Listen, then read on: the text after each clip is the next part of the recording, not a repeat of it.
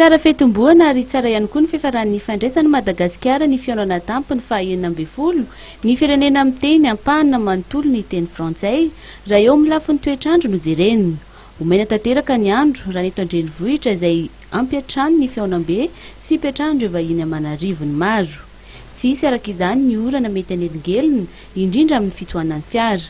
Andrahoana kosa ny Antsirabe izay mandray ny fihaonan'ny mpanao gazety francophone andiany fa 520. Bonne chance aloha zany zao francophonie raha ny Antananarivo manokana satria ka maina ny andro mandritra ny tianandro ity. Ho an'ny Antsirabe manokana sy ty concerné ihany koa ho an'ny Androany sy ny Rampitso izy mety mahazo tandrifondrana heverina mahazo tandrifondrana zany amin'ny tolakandro farany tolakandro fa aorianan'izay maina ihany koa ny andro.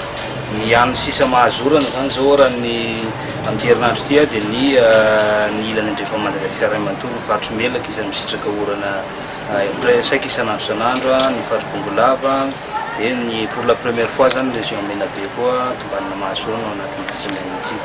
Maripana misongadina kely somary mangatsiatsika kely ny andro any amin'ny Alakamisy ny Alakamisy ty amin'ny faritry ny Afovoantany aorianan'izay dia hiakatra indray ny maripana.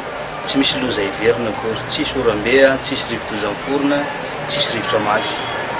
Manodidina ny 20 ka hatramin'ny 20 degré ny maripana eto Antananarivo, raha toa ka 30 ka hatramin'ny 30 degré amin'ny ilany andrefan'ny Madagasikara. Ambany kosa ny maripana any amin'ny ilany Atsinananosy izay tafidina hatramin'ny 20 degré ny ambany indrindra.